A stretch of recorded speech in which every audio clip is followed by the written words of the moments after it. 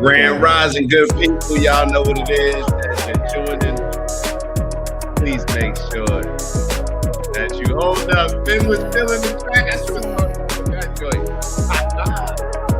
Shout out to y'all, man. Make sure my connection is good. Yeah, sick.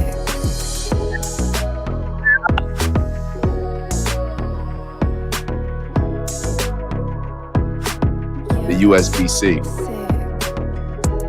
Let me make sure the connection is good. Man. We got a lot to discuss. Sick. All right, let me turn that off, man. How's everybody doing, man? As you're joining, please make sure that you're liking. Don't worry about subscribing right now. Just let's get the algorithm going. Let's get the algorithm working in our favor. That's the goal. Let me do a little test. We're good. Let's see who's in the building. We got Finn in the building bright and early. If you're not careful, the media will have you hating the people who are being oppressed and loving the people who are doing the oppressing. Malcolm X, man, Finn, I'm telling you, I've been missing Malcolm. And I just, you know what I really wish? You know, there's certain people that live lives where You miss them while they're here. It's like a Nipsey Hussle, like Tupac. A lot of these people, I'm sure a lot of people, JFK, like how people speak of him. You miss them while they're here, but you also understand, or in your mind, you predict how much they would have grown also with the years to come. Like a lot of these people were so young and or were already making an impact and were so disciplined. And then Malcolm X is just one of those where, especially when he left the Nation of Islam, he was coming into his own, rather than just preaching the teachings of Elijah Muhammad. And I just think we were all robbed. We were all robbed when these leaders that we have die, like we're all robbed in different ways. So that's just me on my reminiscing a little bit, but um appreciate the quote, big bro. I'm indebted to my father for living, but to my teacher for living well. Alexander talking about Aristotle. Do I need to change? Is my camera keep skipping? Does my camera keep skipping? If it becomes an issue, let me know. Because I have a kind of a different setup right now. So if it does become an issue, please just let me know. Hold on. Abu Han coming in with the honorable. Abu Han coming in with the honorable. True Stoicism is committing genocide without feeling or shame. True Stoicism. Wait, what? True Stoicism is committing genocide without feeling or shame. Wow. Wow. Yo, yo, Abu Han really just got me. Instead of Marcus Aurelius, he put Marcus Israelius. Yo, you got me reading this. Yo, he really, my, get on the bus, catch the bus. Yo, oh man, love you. But, yo, yo, Abu Han, why would you have me read that? True stuff. Oh my God, yo. I'm over here like, really? Like, you sure Marcus Aurelius said that? Oh my God, man, bruh. We must learn. We must learn to control our egos. Also, the media, banks, and politicians. Yeah. Yo, come on, Abu Han. It's too early. First thing, I'm already, conscious of, got to make sure you're pronouncing the words correctly. All these, the words are real small, so I'm always focusing on. Let me can't even turn the screen light up. It seems a little dim. Shout out to Michelle in the building. Peace and love, Michelle. Shout out to Michelle. Grand rising to all, one love. And Unc, man, I've been it's funny, Unc been sending a few different videos that I've been enjoying myself, but I need to make sure that I'm sharing some of those videos with y'all. There's some that may be fitting today. You let me know if anything comes to mind that we should pull up just based on the conversation. I know there were a few that you sent that were some good videos, informative videos. So everybody appreciate that. Appreciate those coming. Keep those coming, I should say. We are what we repeatedly do. Excellence then is not an act, but a habit. We are what we repeatedly do. Excellence then is not an act, but a habit. I love that. I love that. Shout out to Big Bro Robert in the building. How's it going, y'all? Good morning. All is well. All is well. Hold up, Finn. Hey, Finn, I was gonna wait till I was gonna start off the show with it, but then I was like, nah, let me not start off the show with it. But definitely appreciate that. Yeah, I did that one yesterday. So I did that one. That was my artistic exercise of the day. That was my artistic exercise. Was on here with y'all, did some recording, review videos. Then in the afternoon, I didn't realize I didn't have a mic, but I wanted to do that. So I said, you know what, let me just run to Best Buy, record this little song real quick, throw it on the gram, see how the people feeling. I didn't even check the reactions this morning to get me amped, make me feel good about myself, right? People start telling you good stuff. Yeah, I know the feeling. All right, but yeah, I'll play it. I'm gonna play it during the show. I promise y'all I'll play it during the show. Grand Rising, good morning, Neff. Good morning, Unc. Uh Uluwehi. I'm pronouncing it correctly, right? Uluwehi, good morning, good morning, good morning. Uluwehi, I like that. El Relly in the building. El Relly in the building. Morning, morning, morning. Boogie Bug. Shout out to Bug. Grand Rising Bug. Let's see. We got Bubbles tapping in early, of course. Shout out to Bubbles. Shout out to Bubbles. Let's see. Hey, Robert said I read it wrong too. Yo, I'm over here. Abuhan is clowning today. Like, started off clowning. Like, I'm over here like, really? Like, that doesn't sound very Marcus Aurelius, but yeah, man. If you allow others to plan for you, you are allowing someone to be successful at plotting your demise. Y'all giving the wise words, man. Laughter is the mind's reset button. When you can still smile, you still control your life. I like that. Hold on. Abuhan said that? Fended. Is that I really like that one. I really like that one. Laughter is the mind's reset button. When you can still smile, you still control your life. Man, man, man. Oh, yeah, we're going, Abuhan, yeah, we're going to drop that. We're going to, Shy Boogie. What's good, Shy? Always get amped when I see my girl Shy on. Shout out to Shy. Everybody say what's up to Shy right now. Nah, let me stop. But yeah, so we're gonna start off. Glay will be here. Glay will be here. So for all y'all that just come here to see BK will be here. I feel like he's doing this on purpose. You know what I'm saying? Like, oh well, let me just slide in a little late, so therefore I could just come in with the energy and and people will miss me. I see what he's doing. This is all negotiation. Everything is a negotiation.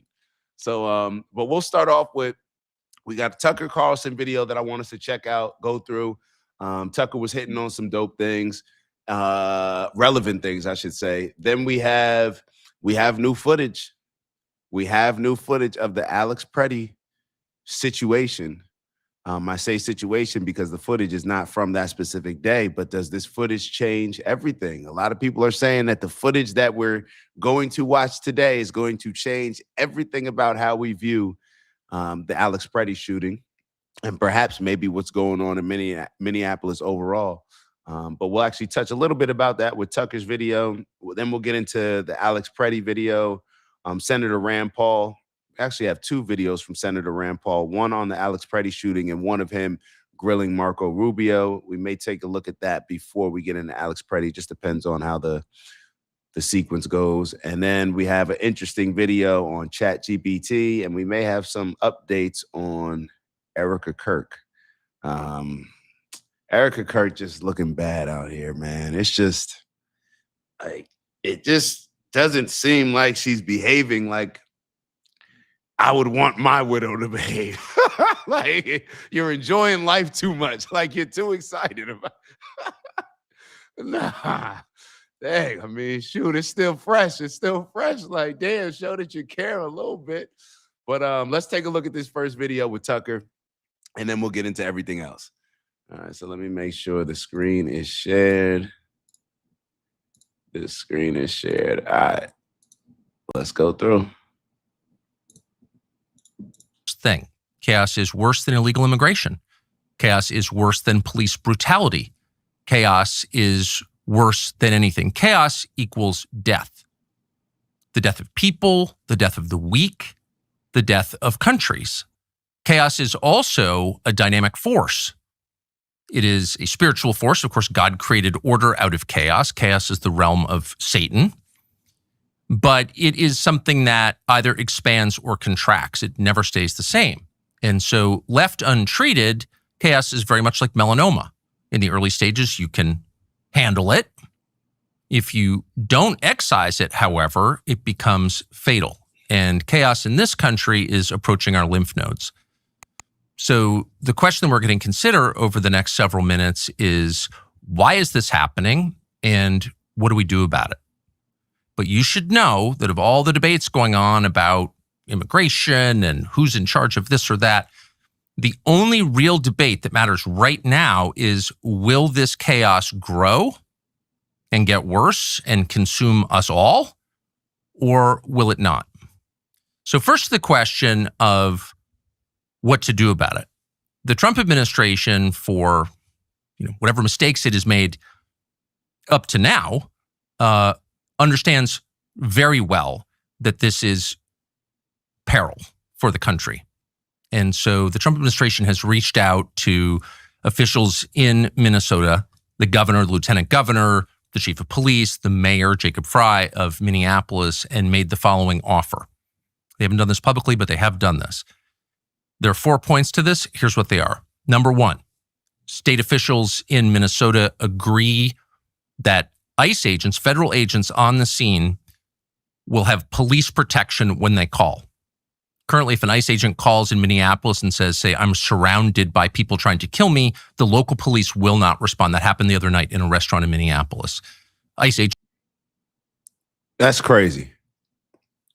And I want to make sure I'm not on mute, but I also want to make sure that as we're looking at these situations, and I think, and it's always strange having the conversation with you all in a lot of ways, and you guys tell me if you feel the same, where when we have the conversation here, I think people are a little bit more open to not following just what we hear on the mainstream news outlets, or like we're not as necessarily fickle or gullible when it comes to challenging the presented narrative to us, right? Like, this is the narrative that they're presenting to us. We can challenge it. I think a lot of us understand how this chaos is used to manipulate and control us, whether it's left versus right, whether it's this group versus that group. It just allows them to pin groups against each other. So therefore, those groups are not working together, and you can distract each other with the fighting over the differences rather than coming together over the things that we agree on. And it's almost like, hear me out on this, because I was almost thinking that, and I think we discussed this yesterday. Tell me if I think that I did this on the Nick review, but tell me if I used this same example. I don't think I did. It's almost as if you had Democrats on one side and Republicans on this side, when the two fight, let's say that you have 10 things that the Democrats want to get done over here and 10 things that the Republicans want to get done over here. When we're fighting against each other, like in our current chaotic situations, I think that you could probably expect maybe 2 or 3 things at most to get done on this side when they're in control. Maybe 2 or 3 things done here, while they're in control, while we're fighting each other, right? And those 2 or 3 things, who knows if those are the most important things to the majority of the voting base, right? If the two parties decided to work together and just drop their flags, and if it was not about me proving my gang affiliation to this group or me proving my gang affiliation to this group, I think if the two decided to just come together and exercise some common sense, then not only would the two groups not become as radicalized, but you would actually get more of the things done on your list. It's almost like I could see you getting 5, 6, maybe 7 things done, and you getting 5, 6, 7 things done on this side. Because I really feel that when the adults come in the room, the real adults, not the political adults, but when the adults come in the room and say, yo, does this make sense for you? Like, how do we protect this group, but also do what makes sense? How do we, have, sports, elevate maybe girls' sports, but not necessarily have boys participating in sports against them? How do we have a more common sense argument about something on this side that may not make as much sense? That's my vision. But with the chaos, obviously, we talk about this all the time. It's the people in power that benefit the most, and it comes at our demise. But for whatever reason, we continuously get into these infights, right? As if we're really fighting against something. We'll create these moral arguments. Oh, that side is just terrible. They're just morally wrong. And we all know that we're getting played, right? Like, we have to at some point recognize, like, oh, they're doing this on purpose. They're saying that they don't want us to get along. They're trying to create as much division as possible. So therefore, it'll make their lives easier. It'll make them less accountable to doing the things that actually make sense. And they could just fool us and distract us with the more radical rhetoric that we see happening all the time. So that's kind of just the mindset that I go into it with. What do you, let's just keep going with the video. Stuck in the restaurant, couldn't get out, had to lock the doors. They were going to get killed. And shout out to Phyllis. I see Phyllis in the building. And I also missed Lay tapping in, Lay Laughlin. So definitely want to tap into that.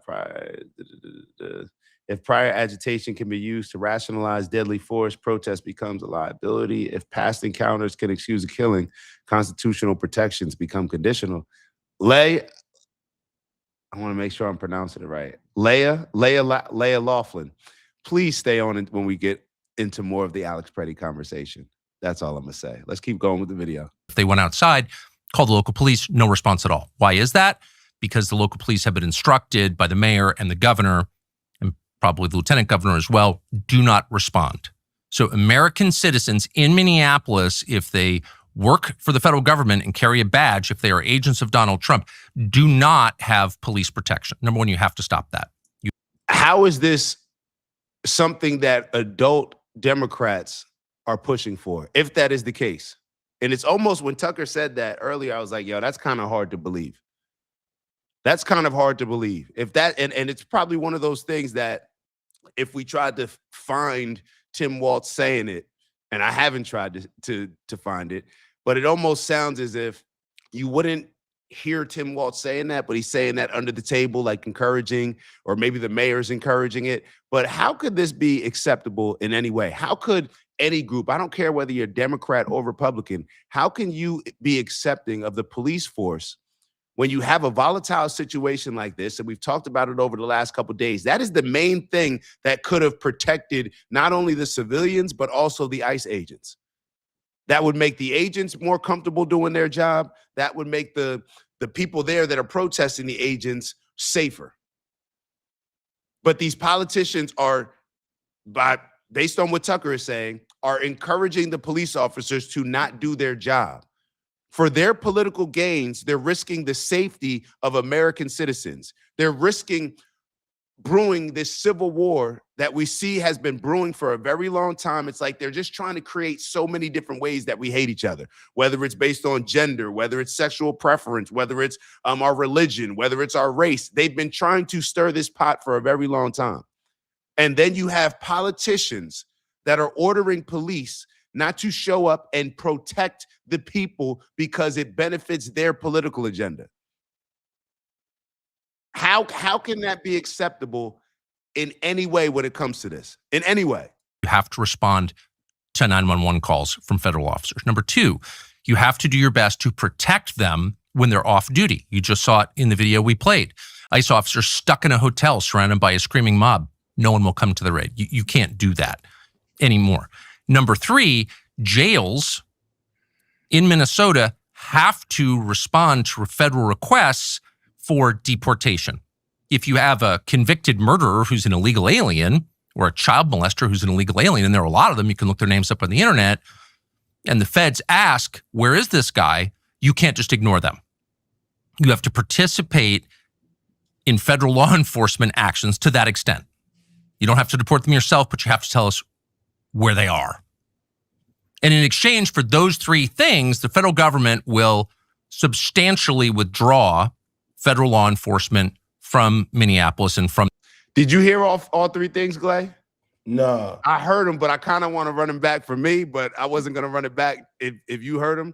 But I want to go back. So what he's referring to is some sort of deal that I guess Trump's team reached out to Walz, Minneapolis mayor, both Walz and the Minneapolis mayor, saying like, hey, if we can agree on these three things, then we'll agree to remove, a lot of the ICE agents out. But I've heard a lot of back and forth on it. I want to make sure that I'm clear on these three things that he's presenting. So let me go back just a little bit. In the restaurant, couldn't get out, had to lock the doors. They were, because the local police have been instructed to respond. So American citizens of Donald Trump do not have police protection. Number one, you have to stop that. You have to respond to 911 calls from federal officers. Number two, you have to do your best to protect them when they're off duty. You just saw it in the video we played. ICE officers stuck in a hotel surrounded by a screaming mob. No one will come to the raid. You can't do that anymore. Number three, jails in Minnesota have to respond to federal requests for deportation. If you have a convicted murderer who's an illegal alien, or a child molester who's an illegal alien, and there are a lot of them, you can look their names up on the internet, and the feds ask, where is this guy? You can't just ignore them. You have to participate in federal law enforcement actions to that extent. You don't have to deport them yourself, but you have to tell us where they are. And in exchange for those three things, the federal government will substantially withdraw federal law enforcement from Minneapolis and from the state of Minnesota. And at that point, crowd control, keeping riots from spinning completely out of control and burning down, say, your city, will be the job of local law enforcement. So just to restate, these are the 4 points. Number one, you have to answer 911 calls from federal agents. Number two, you have to do your best to keep them from getting killed when they're off duty. Number three, the jails have to tell us where the rapists are. And number four, if you do that, we'll basically pull back and allow you to keep the situation from spinning out of control on your own. And some federal law enforcement will remain to protect federal assets. The federal courthouse, for example, can't burn that down, and that's the job of the feds to protect it. That happened, and the response from officials in Minnesota was, no, we're not doing that. So at that point, you have to ask yourself, well, why? Why would a state refuse to protect American citizens from murder, refuse to give the names or whereabouts of murderers and child molesters, and refuse to use its own cops to keep riots under control? What could possibly be the answer? Because they want riots. That's why. What you thinking, Clay? Okay. And I want to give you some context before, just to give you the full context that I'm seeing. So I looked up because I remembered them saying something else about voting data. And Tucker didn't present this in what he just said, but there was something where they also wanted to allow access to voter registration data. And this was Pam Bondi asked the state to give the Justice Department Civil Rights Division access to Minnesota's voter rolls to verify that its election practices comply with federal law. This was very controversial because election administration is usually a state local responsibility, and it wasn't directly related to immigration enforcement. Now, I could see that going both ways.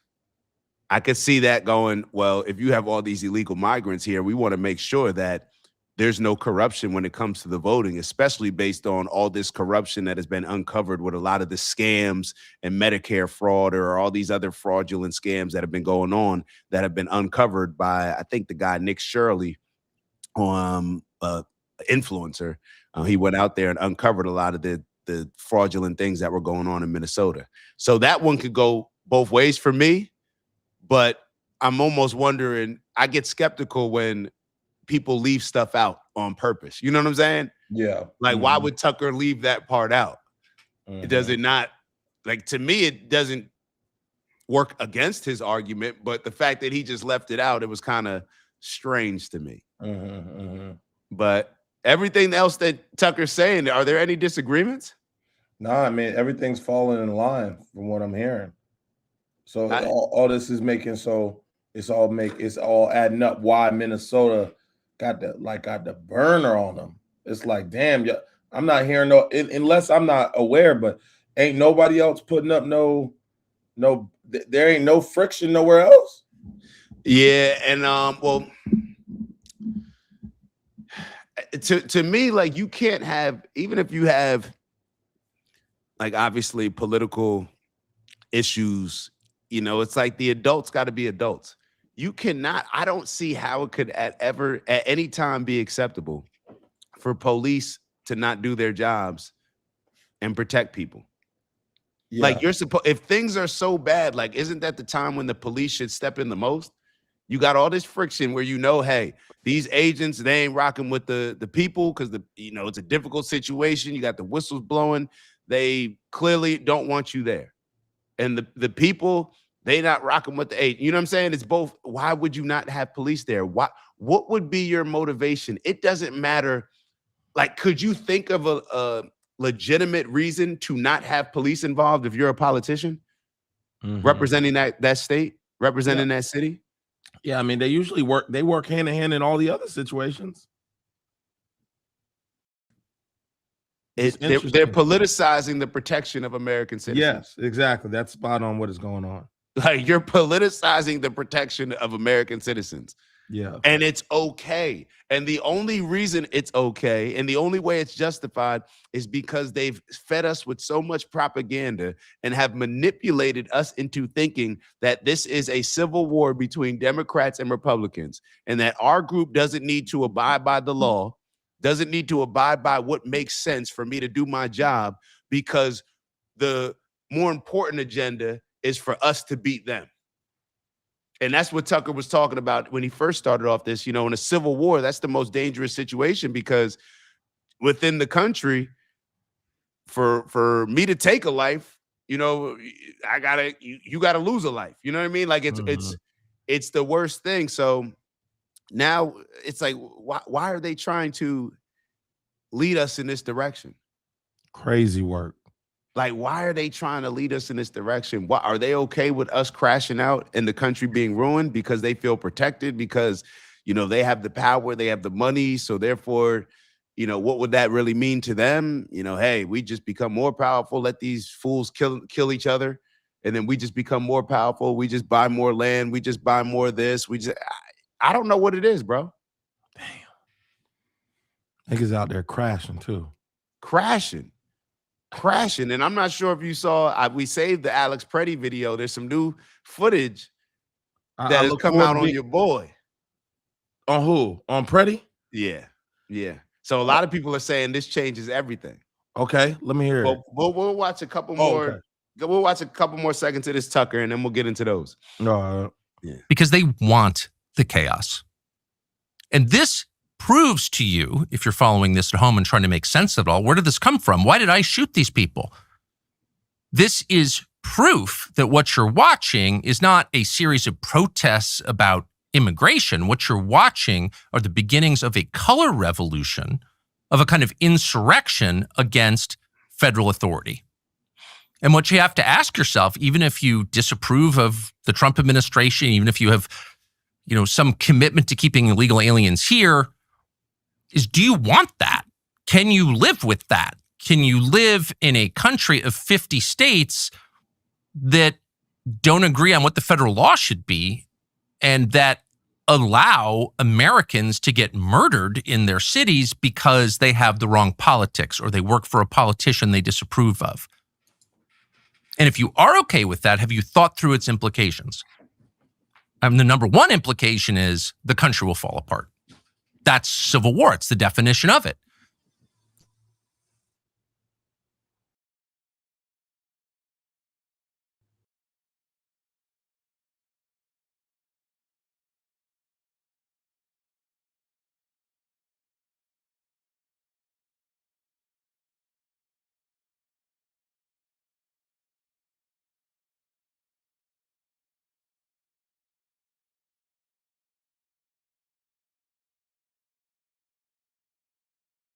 All right, we get where this is going. Oh, shoot.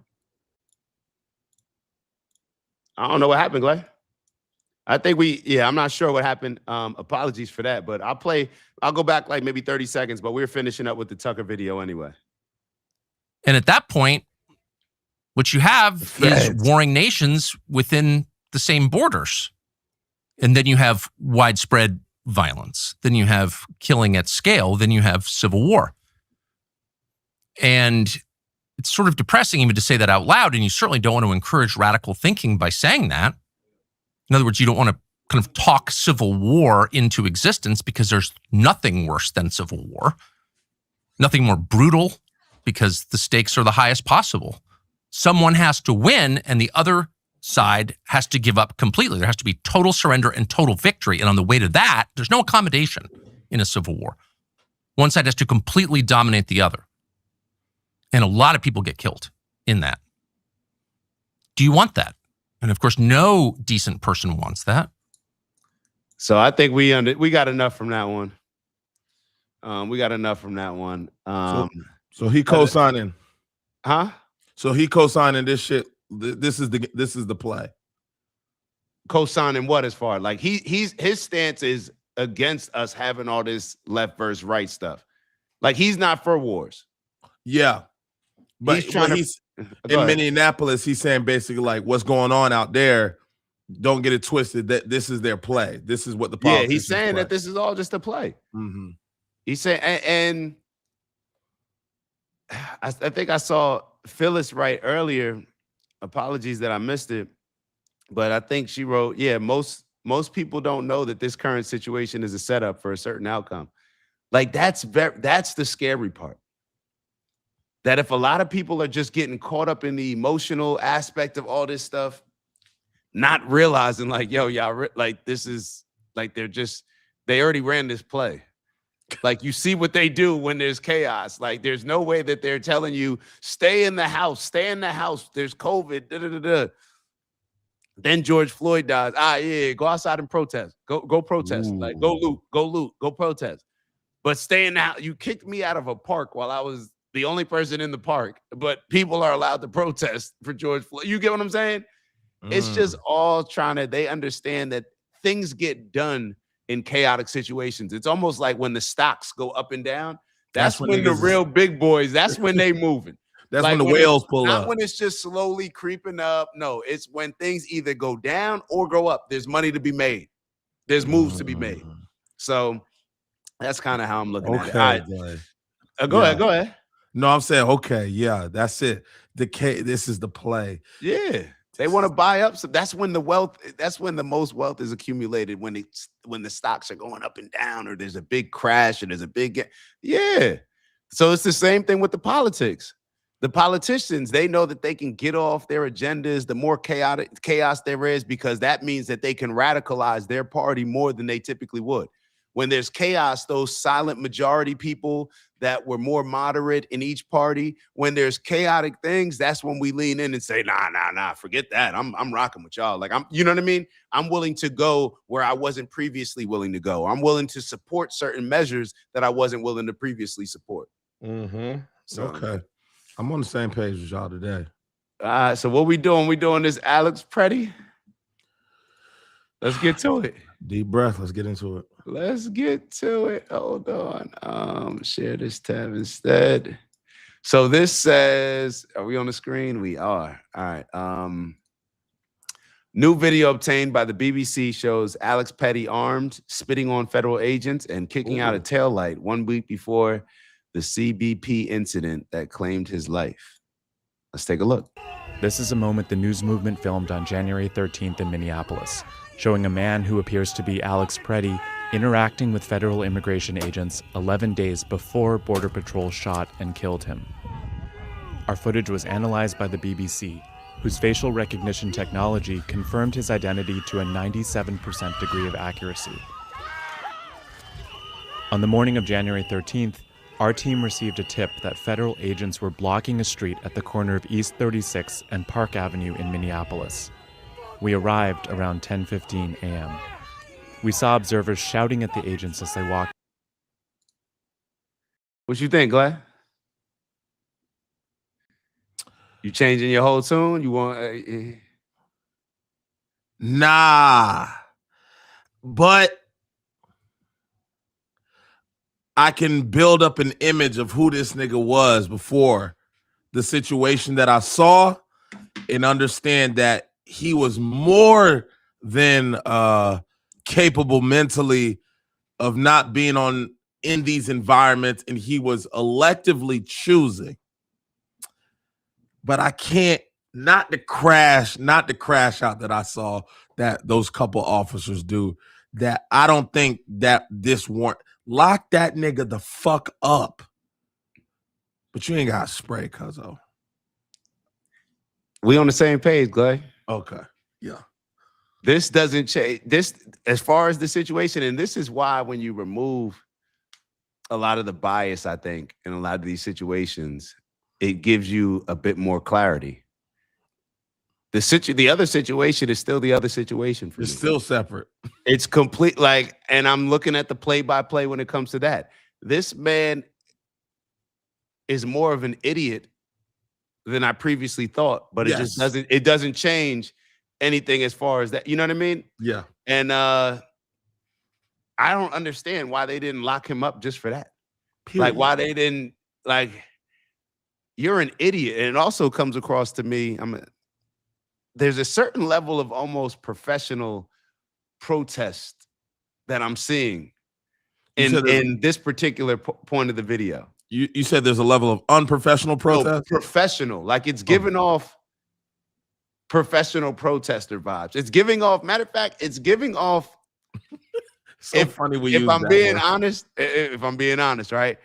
Let me say, if I'm not being politically correct, it's giving off a lot of energy that I've always seen with radical, or had a problem with radical white liberals. Okay. That's what it's giving off the energy of. Okay. And you safe with that one? I just got to say it as I'm looking at it. And I've always been very skeptical of people like this when I see certain things like this, because you're going to be the one that riles up a situation, that goes to a protest, that destroys a neighborhood, that gets people all excited. And at the end of the day, on Monday, Tuesday, Wednesday, whatever it is of the following week, I don't even give a fuck. This isn't even going to impact you. Yeah. And I always, when people are trying to tear down the city, you got these people destroying the country over George Floyd and all this other stuff at various situations. And I'm looking like, bro, y'all need to calm down. Like y'all trying to amp black people up to get out here and crash out over something that has absolutely nothing to do with them and is not going to accomplish anything but further feed the division and chaos that probably leads to situations like this in the first place. So it does give off that liberal energy of, these are the type of people that I'll argue with that will tell me that, well, you need to do this for, like, you need a DEI, bro, don't tell me what black people need. You know what I'm saying? Like, this is the type of conversations that I've had with certain types like this that think they're crashing out. But yeah, doesn't change how I feel about the other situation, but it does give us some more teaching tape to explain to people not to behave like an idiot. And him behaving like this with a gun on him and acting like this, like it almost like they would have been more justified getting into it with him after this situation than that situation. Yeah. Like, yeah, if you were going to try to pop him, you could have more so justified. You get what you would have had a better argument had this been the situation and that outcome had been the outcome. The conversation would have felt more balanced, in my opinion. But the other one, I ain't got no, like, is he an idiot? Absolutely. Yeah. Should his ass been in the street? Absolutely not. Should he be sticking his nose, get involved? Absolutely not. Should he get it fucking killed? Absolutely not. So, but this shit, breaking out the taillight and all that, ICE agents. ICE. You asking to get your ass whooped. Yeah, like ICE. Let me holler at you real quick. All right, ICE. ICE, you ain't even got to fucking pull that 9 out. You ain't got to pull that Smith & Wesson out. If a nigga do some shit like that, you can jump down on his dumb ass and put his ass in the back. All them licks y'all be wanting to get it in, there you go.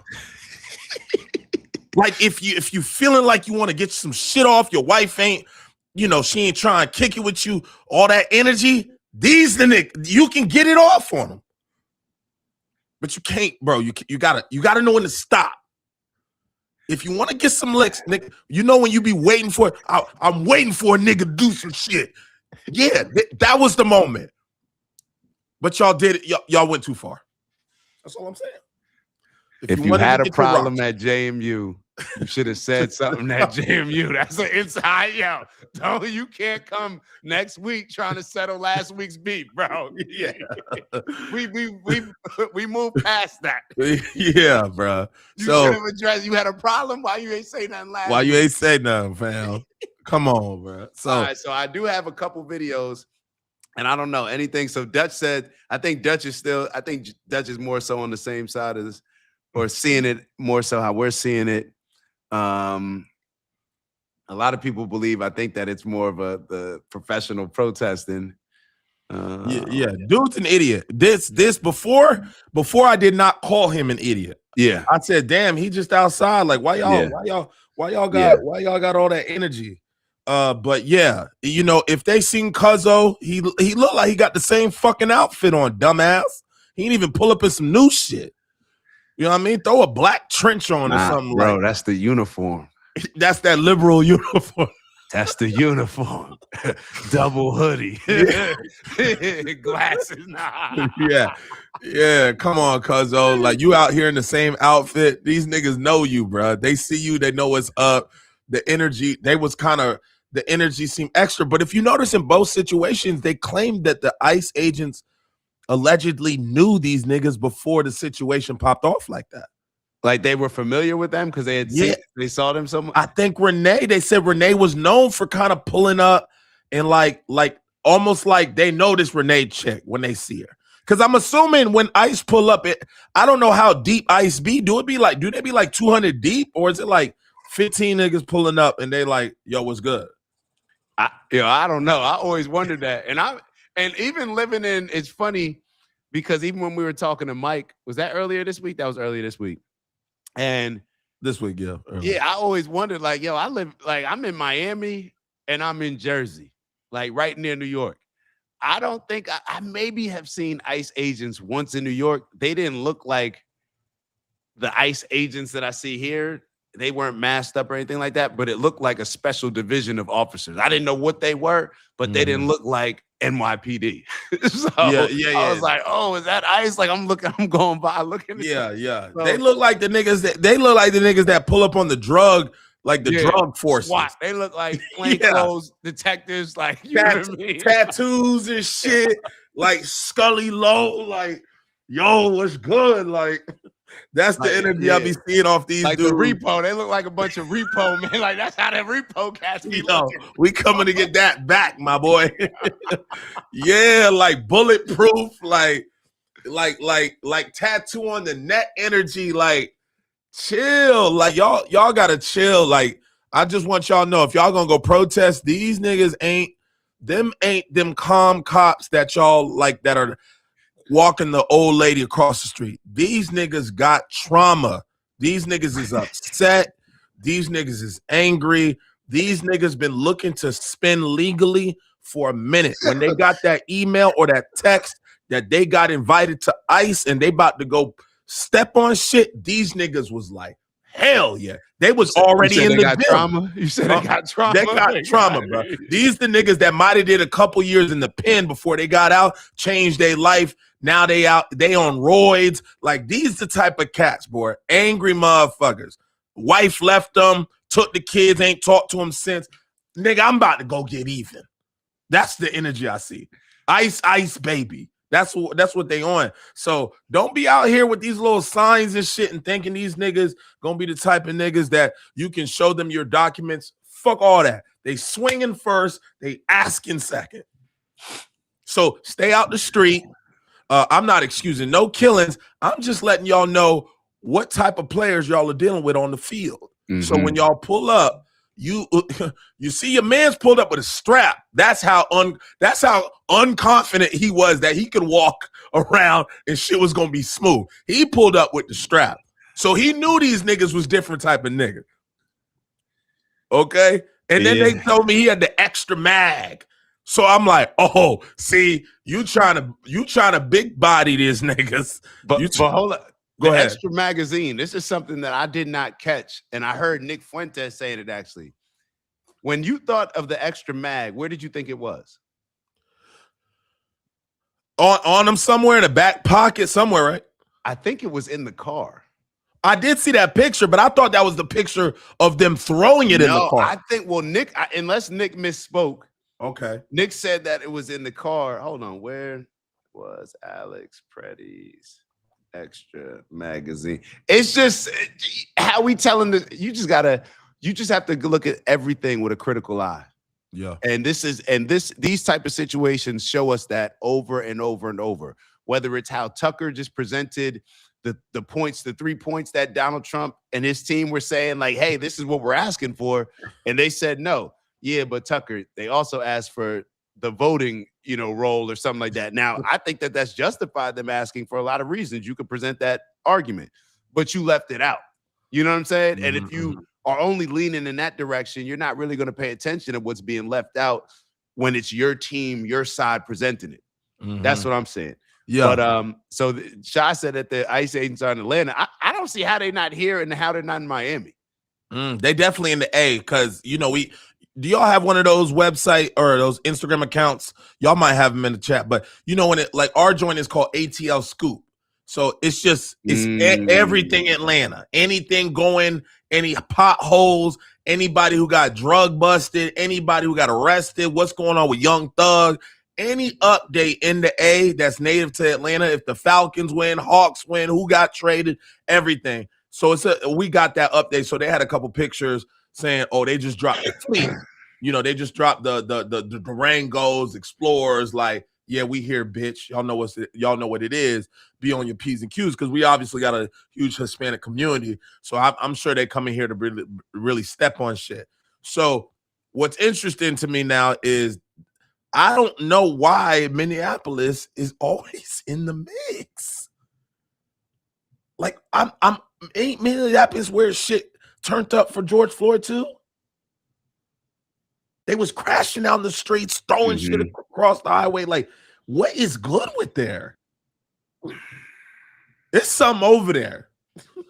Because it didn't make no sense for that little spot. They was giving stats about, nigga, a small percentage of illegal immigrants are even in Minneapolis, to the point where it's like, it ain't even worth y'all time to even be tripping here like y'all tripping. But what's going on over there? There might be a bigger play with that place, bro. That place got something going on that we may not know, bro, because they always in the media. You know what's wild? Remember when we were watching the video and I was like, yo, this looks like the same George Floyd setup. Yeah. I wasn't even connecting the two, that's actually in the same city. And I wonder how far it is. Yeah. Yeah. Very close. I don't know what it is, but that area right there, it's always some shit popping off. I'm like, yo, I don't even know what, like, I'm never going there. That's not even a hotbed. Y'all act like it's Atlanta or some shit. Like, what is in Minneapolis that got everybody super turned? Yeah. So interesting enough. But yeah, your boy was wilding. He came double magged up. He knew these niggas was aggressive. He thought niggas couldn't touch him. He was emotional. Okay. First and foremost, he was emotional before he left the house and multiple times. And this is a very unfortunate situation. Awful situation. He obviously had full control of this situation, but I still got to hold that ICE agent accountable, because it's his job to de-escalate situations where deadly force isn't necessary unless that's the last resort. And that should not have been the last resort by any means, from what the video footage I have saw. Then y'all unclipped the nigga. Yeah. One nigga dropped in, then another nigga got his shit off, shot him in the back.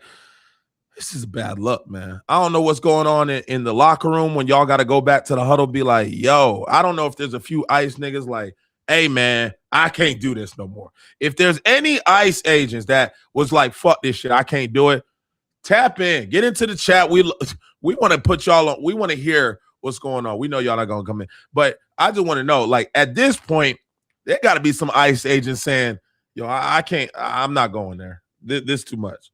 I mean, you see, even in these incidents, it's not like all the agents are on the same page. Like, you see, there's always a couple of them, it seems like, oh my God. Like, you're like, bro, like, why did you do that? Like, yo, we told you not, we just had a meeting about this. Like, that's how you made the same mistake. You know how you're on the field? And it's like, bro, you have the edge. You have contained, bro. You just went over this in the film. Like, set the edge. Leverage. Stay outside. Fucking everybody up. Like, stop coming in.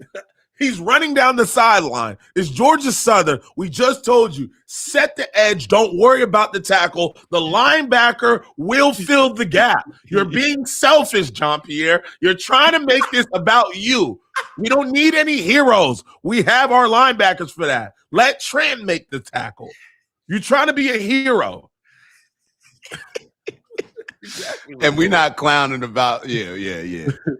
But hopefully y'all got the sports reference. Yeah, if you play boy, you know what I mean. So yeah, it's just I know I seen especially Big Boy. Big Boy, I ain't never gonna forget his face.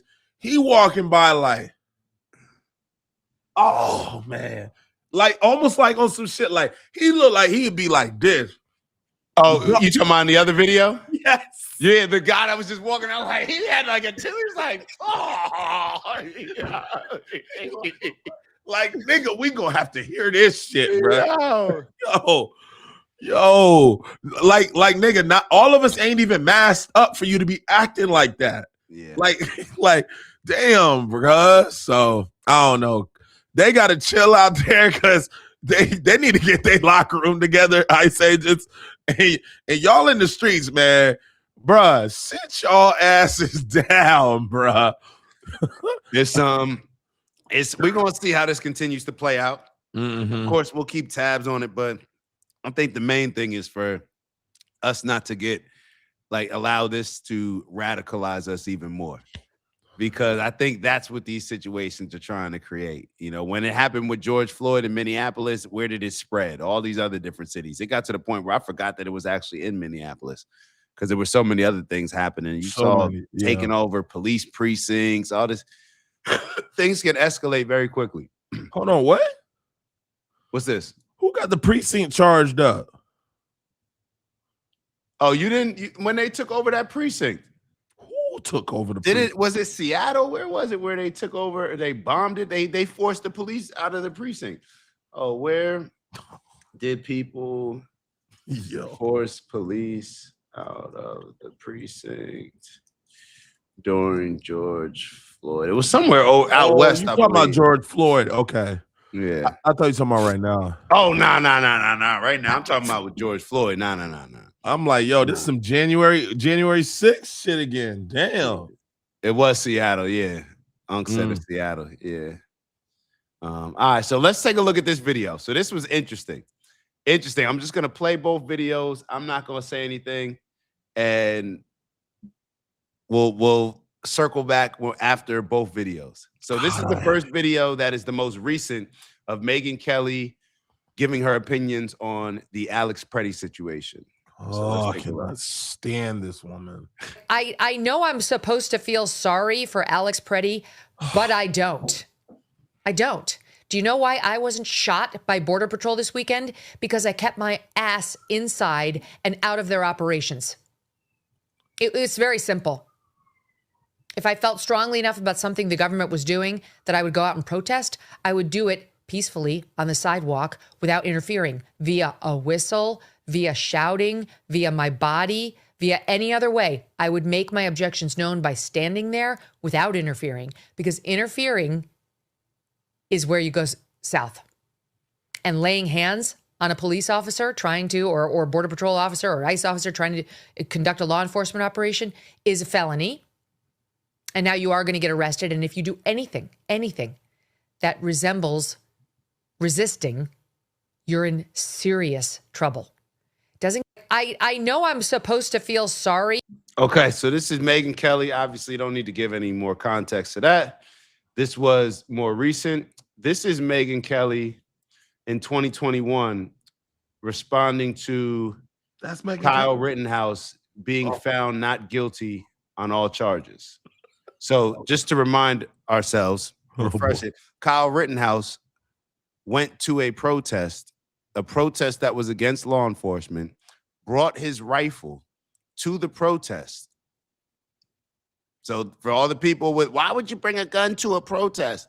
Well, why would you bring a gun to a protest and even be at the protest when you're protesting the protesters? But I guess that's okay. This is 2021 of Megyn Kelly. The Kyle Rittenhouse just fell to his knees in tears. He's on his knees.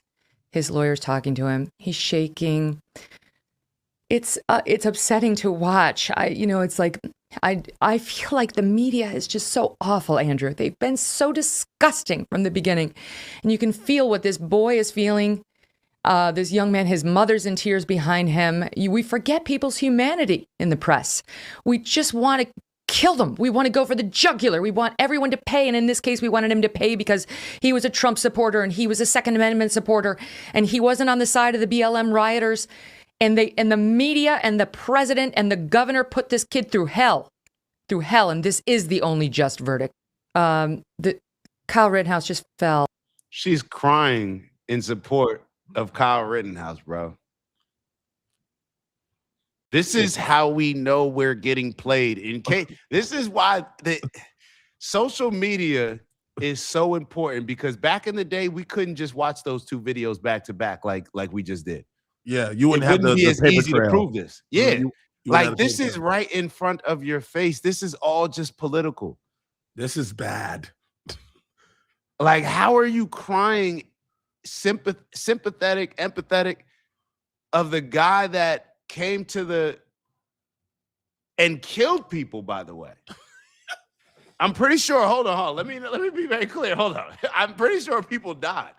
He dropped two He people. killed people. He dropped two of them.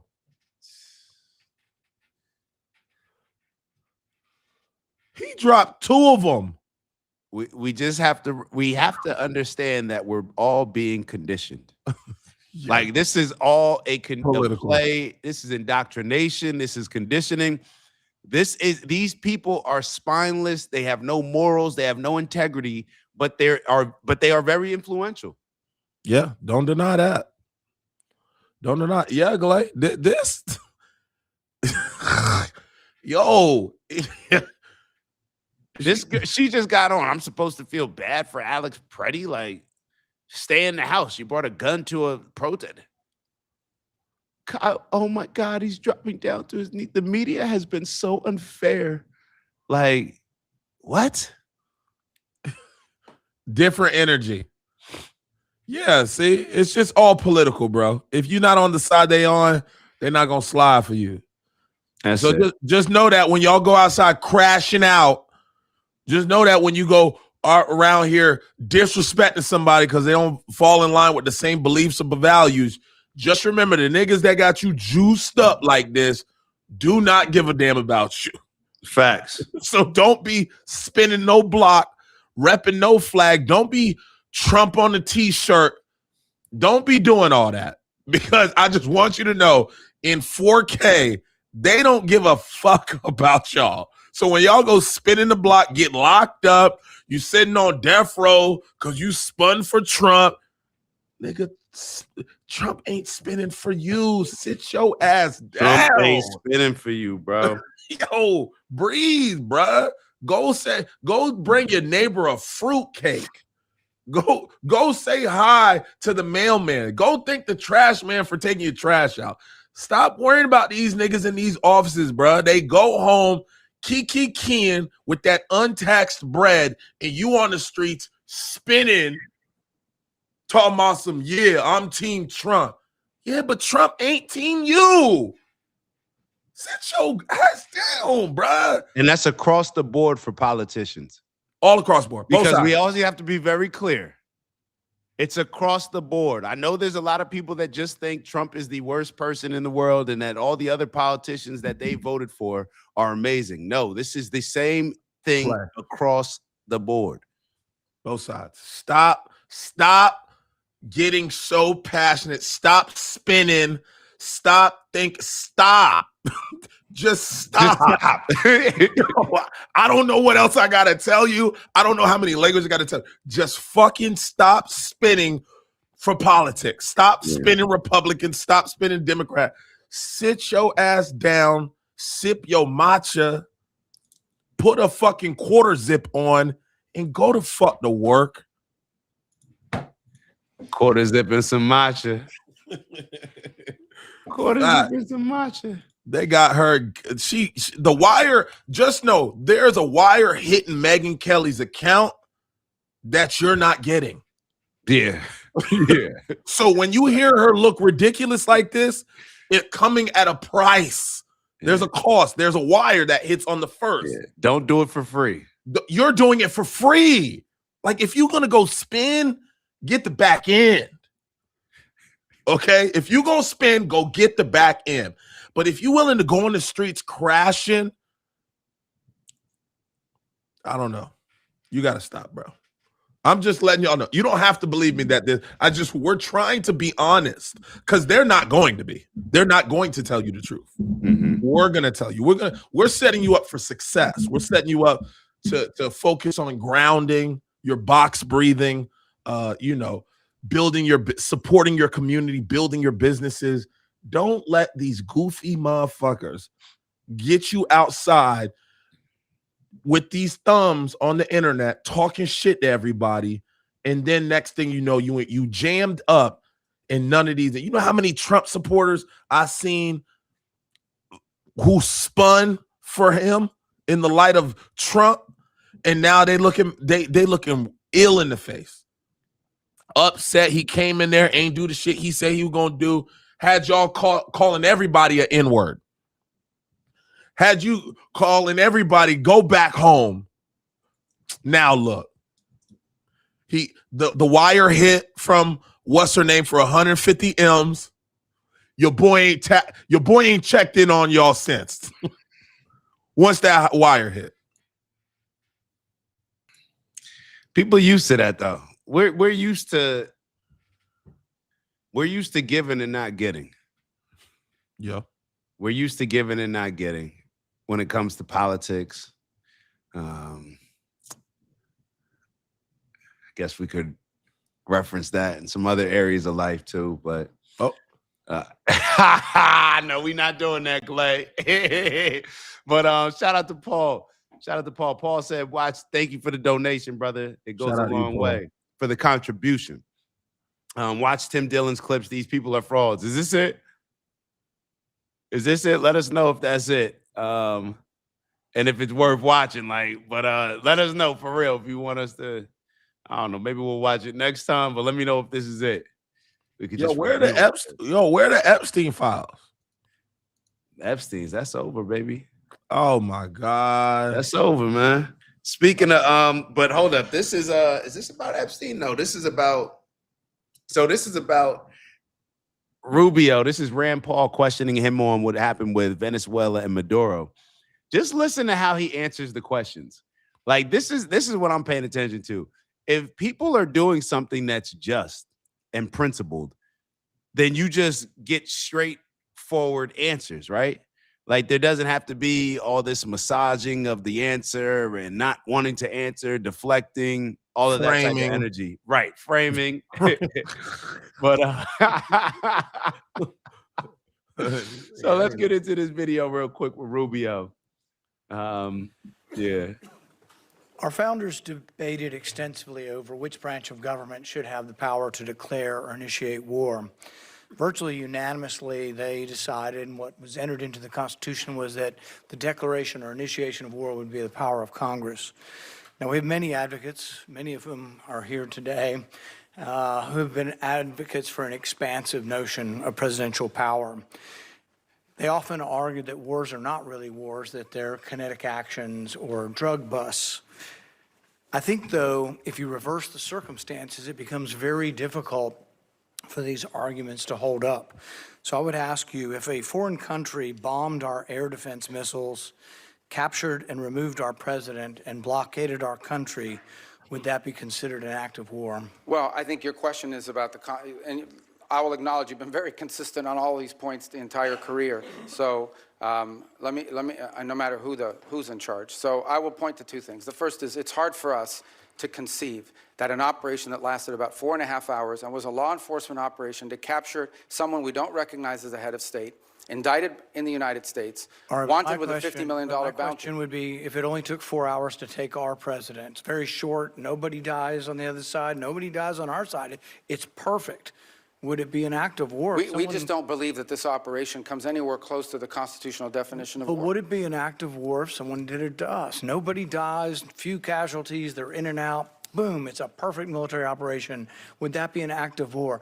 Of course it would be an act of war. I'm probably the most anti-war person in the Senate, and I would vote to declare war if someone invaded our country and took our president.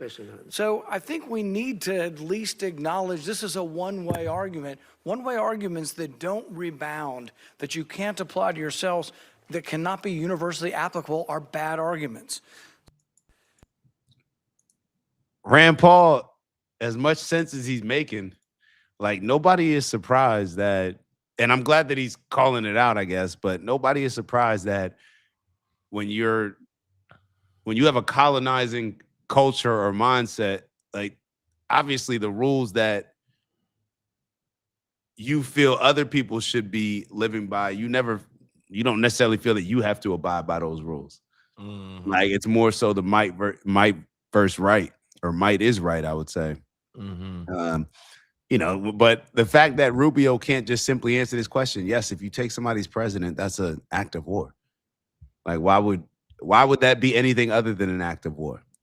And the whole reason, I guess, why he's not willing to admit that or acknowledge that is because a lot of what Trump was campaigning on was no new wars. And clearly this is an act of war. I mean, I would take it that way. Yeah. It's simple as that. I don't know. You don't have to spell this shit out for these niggas. 2026. Niggas know. They know. I know. They know. They It's the know. play. It's the play, bro. So I saw somebody that I wanted to. Well, let me not go back to that. Shout out to Andy Dufresne in the building. Glay, did you watch Shawshank Redemption? Shawshank Redemption yesterday? No, I didn't have time to get on it. Please watch it. Or That's rewatch. everybody. We'll review it next week. I'm gonna watch it again as well. It's a classic, bro. What is it even on? Netflix? Let's check. Hold on, man. Let's check how to watch Shawshank. It might be on some YouTube. So that way we can tell everybody. So they have it on Peacock. You need a subscription, Hulu subscription, Amazon subscription, YouTube $5.99, Sling subscription, Apple TV $5.99. They say they have it on Netflix, but sometimes Netflix says it, but they don't. It'll say, "Oh no, we don't have this title." No, so they don't have it. You ain't got the bootleg version of Shawshank? Nah. Isn't that crazy? That's not even a thing no more. Yeah, I don't. Yo, that is wild. That's not even a thing no go more. to the little stores, got the bootlegs. Yeah, you go to. Is this a good one? Don't give me no. Don't give me no bullshit. You over there getting a line up. You at the barbershop. Your man's coming in. Yo, we got these. What you need? Man. What you need? We got these DVDs. I got them. What you need? We had a little spot. It was like you get the DVDs and then you get like your white tees and stuff like underwear, stuff like that. Yeah. They're gonna take care of do-rags, some pomade. Yeah, all the little wave grease. Got to have it. Hey, get your pomade, get your brush. Come on, back. We're going off on tangents, man. But yeah, see, Andy said best movie of all time, man. Clearly, I knew you were a fan, brother. I knew you were a fan. All right, let's move on, Glenn. Yeah, he know the answer though. At the end of the day, Rubio know what's up. Yeah, it's just more of the posturing. It must be tough to be a politician. You just you just got to be on your P's and Q's at all times. It's too much to remember all the lies. Lies. Like, I can't do all that, bro. Yeah, bro. What the fuck, bro? You literally have to or you look like Megyn Kelly. Mm-hmm. Where you just you say one thing and then you like, oh shit, I'm looking wild. I didn't say that. 3 years ago, I forgot the lie I said. Yeah. And I wanted to address, because somebody wrote in the comments, they wrote something like your other takes were reasonable, but then you compare, and he called Alex Pretti, the shithead Alex Pretti, to Kyle Rittenhouse. And I'm like, how isn't, I think that's kind of the point that we're making. Like, one is the shithead and one is the hero. But what makes one the hero? Like, that's what we're trying to unpack. But yeah, I guess we don't need to go back to that. So are your takes only good when you agree with the person that's reading your take? Right. Right. Yo, your other takes were very intelligent. I loved them. Yeah, you were saying everything that I already thought. But these ones I disagree with. So I think they you're lack an some idiot. substance. You're an idiot. Yeah. It's like, oh, all right. Okay. Love your I rationale. thought we were just comparing the fact that both guys decided to bring guns to a protest, and one brought one, it seemed like a rifle that he couldn't put in his pocket, and the other had a handgun that was in it. So I was just trying to figure out from that standpoint why one is so different than the others. One also killed other people. Now, I'm not sitting here, I don't know enough about the trial, to be honest, to sit here and say, or to confidently say that Kyle Rittenhouse should have been found guilty. I don't know enough about it. Yeah. And if he's allowed to bring a gun to a protest and there's certain people that were threatening his life, then therefore, I guess that's self-defense. Yeah. Based on the law. But I just don't understand how you can just be okay and make one a hero for bringing a gun to a protest to protest the protesters, but then somebody can't have a gun. And we talking about he had extra mags. Bro had a rifle. Yo, is he going to war? What are we talking about? Like unless the picture that I saw was off, didn't bro have like a rifle? The rifle was bigger than him. Yeah, I'm like, hold up. He couldn't even hold extra mags, an extra mag in the car. We don't even know where the extra mag was. But yo, hold on, let me see this. Yo, I think we found our lane. Our lane has got to really just put this shit out here so you can just realize so everybody in display can realize how wild you sound. You got a kid. What was he, 15? 16? Did he even have a license? Hold up. This is crazy. Hold on. Let me share the screen real quick. So this is Kyle Rittenhouse. Is it on the screen? No. I think this is the one. That's the famous one. Yeah, this the infamous one, I think. So Alex Pretti, why would you bring a gun to a protest? Like, why would you do that? Kyle Rittenhouse, yo. You shot a couple, yo. We're so proud of you. Like, yo, can you sign my jersey? Can you sign my jersey? Hold up. Is bro on one knee in this photo? Oh, he was dumping clips. I've never seen this, bro. Oh, yo. When I remember I was at this taco stand when his verdict came through. I never forget that day. Yeah, he was clipping cuz. But it was self-defense and he was on one knee? Like shooting at a crowd? Like what was If I'm not mistaken, when the riots was popping off, like, you know what I'm saying, both sides was kind of going crazy and like it got physical. Kind of like ICE is with the people. Like it got physical. And then he started running the I guess, Cat started getting at him and he just started plucking and popping cats off and running. He was here with what the judge decided. Patrick. Well, yeah, the house killing two of them during protests. Do you understand all of those conditions, Mr. Rittenhouse? Yes, sir. A Wisconsin judge approved a $2 million cash bond for Kyle Rittenhouse. The 17-year-old is charged with shooting 3 people and killing 2 of them during protests in Kenosha in August. It should be $4 or $10 million because there's people out there raising money right now, making it their own fight that it's about gun rights, and it's not about gun rights. The father of one of the victims, Anthony Huber, worries that Rittenhouse is a flight risk. My son was killed. Another man was killed. They didn't deserve to be killed. And we don't have that society where we just let people go and kill people. The self-defense claim in this case is overwhelming. It's on videotape. Kyle Rittenhouse's attorney says his client was attacked first by the other victim and his friend, who's accused of firing the first shot. Who attacked my client? Yeah, I've never seen that before.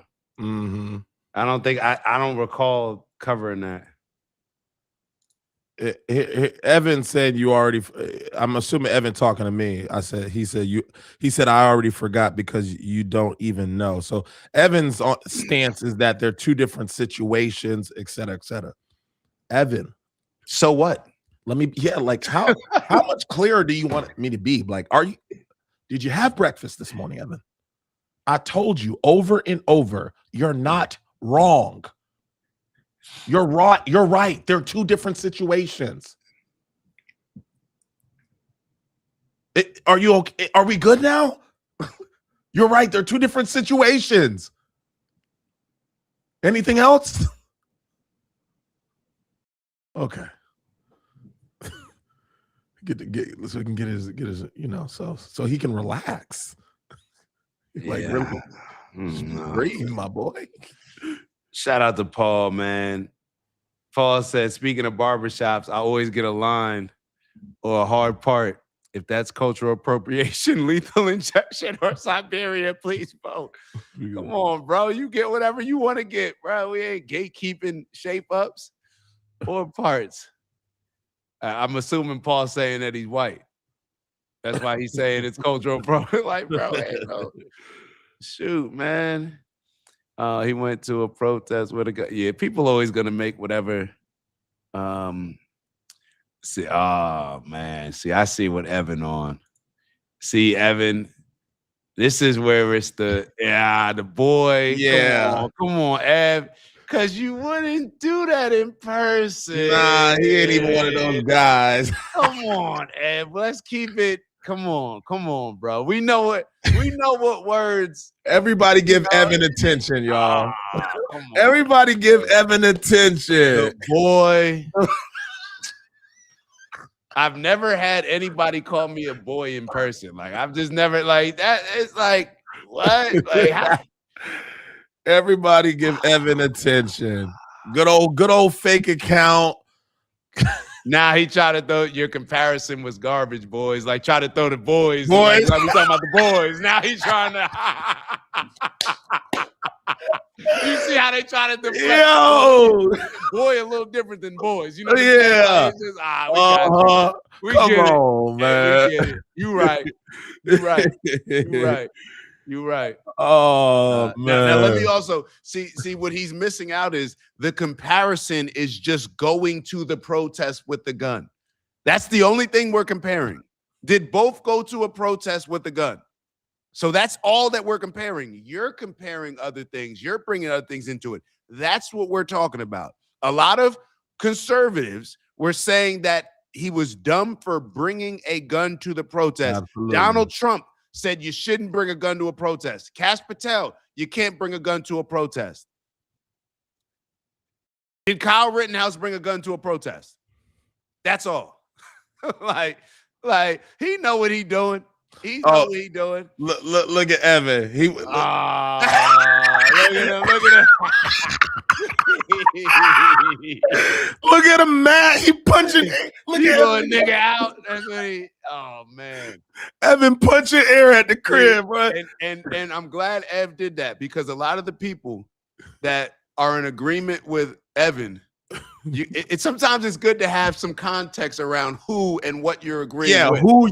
You know what I mean? Like, I think that's good for context. So I think that's yeah. Evan Williams, 4532. All right. Evan at the crib punching air, trying to get a rise this morning. Evan, sit your ass down. Yo. All right, let's move on. I feel like I'm being bullied. I don't like big old Evan is in the building. Big Ev.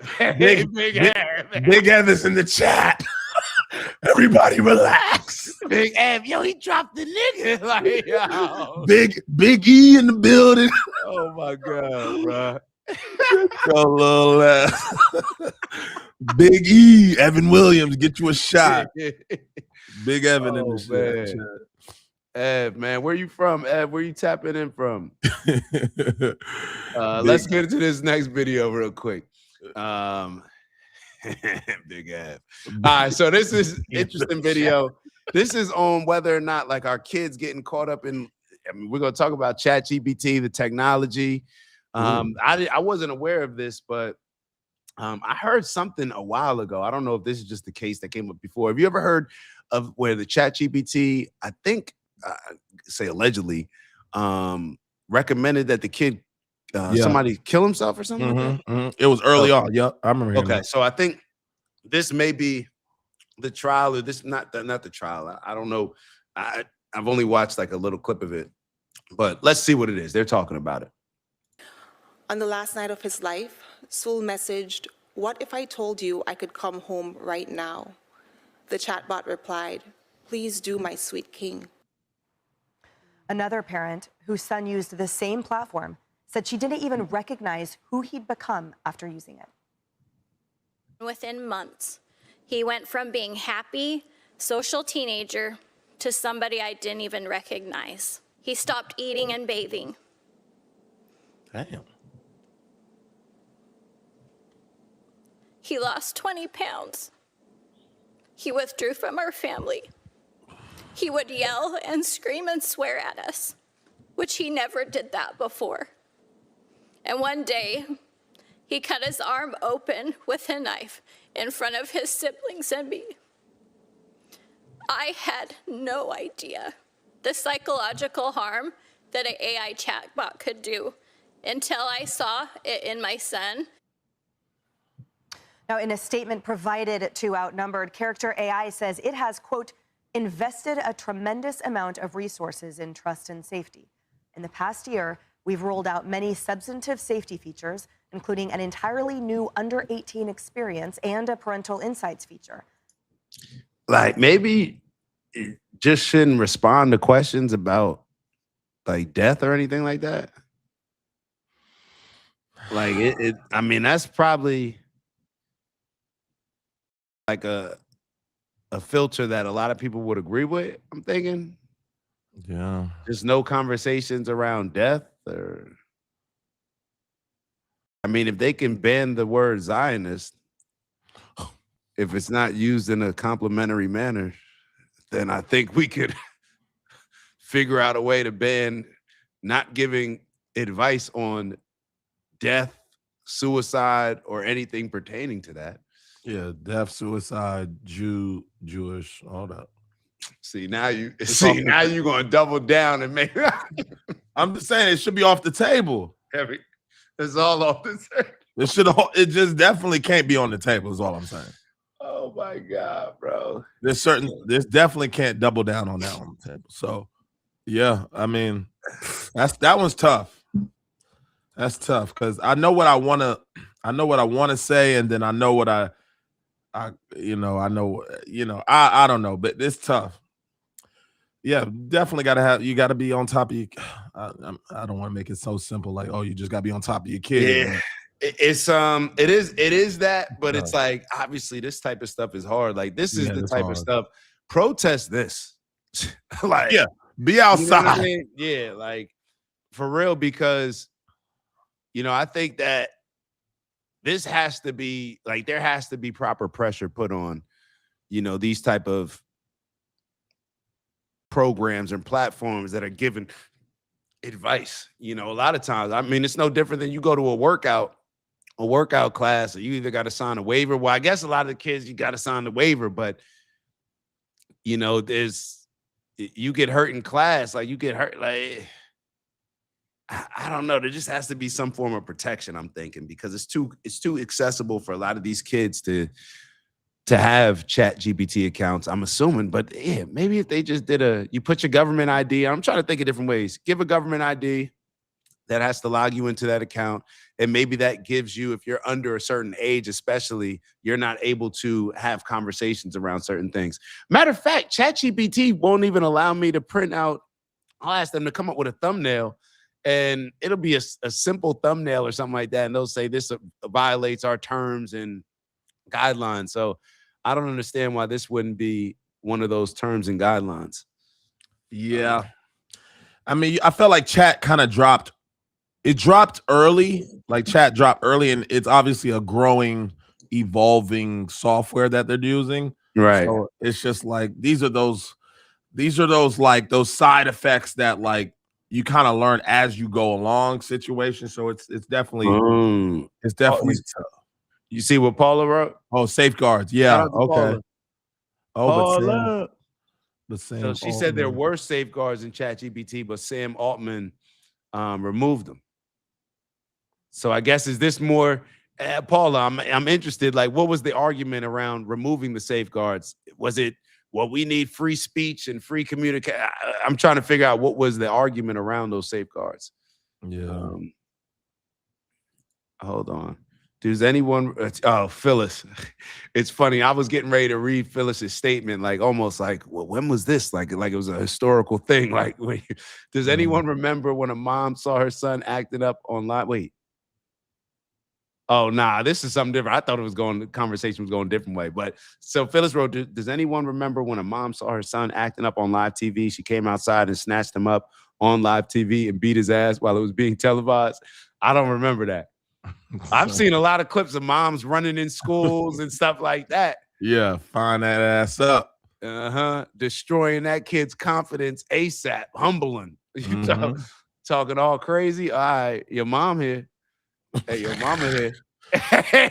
Yeah, there's nothing worse than that. You got a parent in school. Yeah, you on your best behavior. Best behavior. Yeah, I remember those moments when I heard my dad. Ain't nothing worse than when I don't know if my dad be tripping. So I remember when my boys knew what my dad looked like. So you'll have your homie like, yo, Brian, I think I saw your dad in the hallway. And you like, what? What you mean? Like, what was his energy? Was he mad? Was he? Did he have lunch? Did he have lunch? Like, what? And then I remember, you know, I'm in class. I'm goofy nigga, still like I am today. I'm goofing off and shit. You get one of your homeboys like, hey, yo, Brian, I think your dad at the door. And then you look up and your dad kind of know that the boys is telling you. So my dad kind of pipe behind that little window in the door, like back up so I don't see him. And they be like, hey, yo, B, I think your dad here. And you kind of like your whole temperature drop. Like you go from 98 to like 50. And you like, damn, I know this motherfucker see me cackalaking in here. I know my grade about a C- in this motherfucker. And I know he came up here because somebody called him. Yeah, so like, I know it's up. Hold on, why would you do me like that? Like you start changing your whole energy towards the teacher. Yeah, you called my dad? Like I think my dad only got called one time. What you was on though? I was a student. I forget. I forget. Oh no. I'm trying to think that I ever. Man, I told you I was a scary kid, man. I ain't like getting in trouble. Yeah. I did not like getting in trouble. I had mad respect for my folks. Yeah. But one thing I couldn't, man, I'm gonna always crack a joke, bro. Yeah. I ain't never letting that go. Matter of 8th grade, my parents came to that school a lot. That's when I went to the private school in town. I was the only black boy in my grade. It just wasn't the right fit. Like not at that time in my life. Okay. They pulled up with the energy. I just wasn't, I felt like I ain't know how to deal with them. They ain't really know how to deal with me. Like I caught it. I should have gone for high school instead of 8th grade, and I may have stuck it out, but I only did 1 year and then I went right back to my I was like, can't do that. This private school. And then it was actually hard. Like then the shit was very, very hard. Like, I'm already knowing. Yeah, I'm like, bro, this is an A paper at my old school. Like giving me C-. Like, what? Yeah. Yeah, but all right, one more. I think we got one more. Or actually, no, Glay, let's wrap it up. Let's wrap it up. I wanted to oh, you got something? Unless you got something, yeah. I got something. So I wanted to read to the chat, you know, because I think I saw a few people double down in on the Kyle situation. Oh, all right. So let's go back. Yeah, I wanted to read a couple things. So here's an explanation I got for you guys. Yes, Kyle Rittenhouse traveled from his home in Illinois across the state line into Wisconsin with an AR-15 during 2020 unrest following the shooting of Jacob Blake, where he later shot 3 people, killing 2 and wounding 1. You drove the day my child, let me double down on this. The day my child thinks his dumb ass is about to grab an AR, hop in the car, drive over to another state to let people know where he stands. Can you actually read that again? Because like I told you, I wasn't as familiar with this situation. So I asked chat, I said, because I think I saw I forgot who it was. Big Ev? Nah, not Big Ev, not Big Bourbon Ev. The biggest E. The biggest. The biggest E. Nah, it was I forgot who it was, but she was saying that he was there to protect some property or some shit like that. Oh, Michelle wrote that. Michelle, I think it was. Michelle wrote that, Yeah, Michelle. I saw And that. so, I saw Michelle, that. this can be true. I'm not here to say it's not true. I just want you to know how wild that sounds. Just take a second before you read me what it says. I want you to process how wild it is for your son to hop in his car, leave his town, go to another state with a AR to protest. We already complaining about the left doing this shit. This is 10x. You went to another state with an AR to protest. It's not even your town. Yo, that's wild. So I just want y'all to think about, yes, the situations are different, but what we are having the conversation about is like, damn, okay, y'all going to protest with guns? That sounds wild. That's what y'all said. We not arguing with y'all on that. Hey, look, although it is a right, at the same time, if you going to a peaceful protest, where your mind at? Okay, we let y'all have that. We said, yeah, what could he be doing? Why would he have an extra mag? What is he on? It does bring up discussion. You let somebody's son left the house. He caught a ride because he couldn't drive and brought an AR and went running around in an area in a town that was already lit up on fire and fighting. So you're telling me that Alex shouldn't step in to protect, or not protect, to help a woman get off the ground, but you're justifying a kid driving across the country to go protect the building? We done lost all humanity at this point. I mean, I just don't understand it. If it's okay to have a gun to protect a building, then why can't I have a gun to protect me? Like, it's just, I just don't understand all the arguments. Yeah. Like, you can say that, like,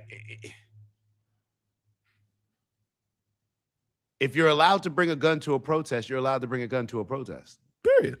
Yeah, so I don't understand. Like, I'm not the one calling out saying, yo, this person is this. Like, it's a lot of conservatives that have said it was dumb of Alex Pretti to bring a gun to the protest. We're whatever y'all are on, we're on that. So if that's the case, I'm just asking, was it dumb for Alex Pretti? Now, I guess it's different because you're saying that, well, he was protecting a building. You drove to another state to protect the building? And y'all, if it works for y'all, I got it. You just understand where all this is going, right? And we sit here and wonder,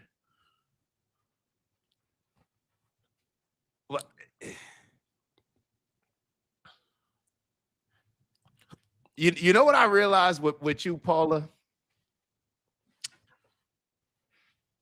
Is that you said when we were on here having the conversation, when you were trying to make your point, you were making your point, But then when we brought up a point, you said, well, I don't have all the facts. And I saw you tweeting this recently about the current situation when it came to Alex Pretti.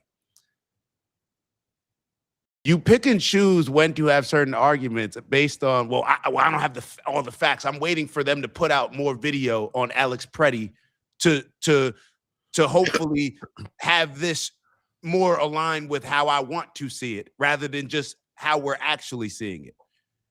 People just pick and choose based on how situations are different. Can you bring a gun to a protest? Yes or no? Is it legal to bring a gun to a protest?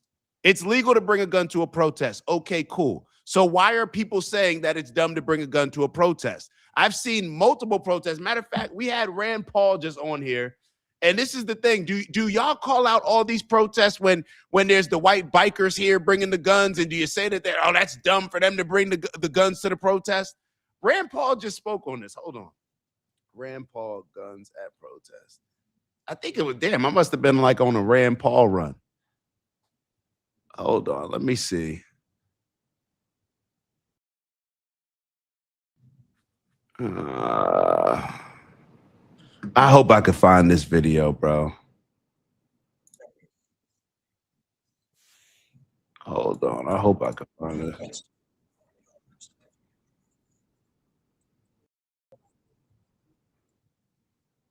Hold on, Glade. Take it. I may need a little sec to find this. Yeah. I have no idea where it is. Yeah, I mean, so it's just we're trying to understand, like we're trying to be consistent along with whatever the stance is that an individual has.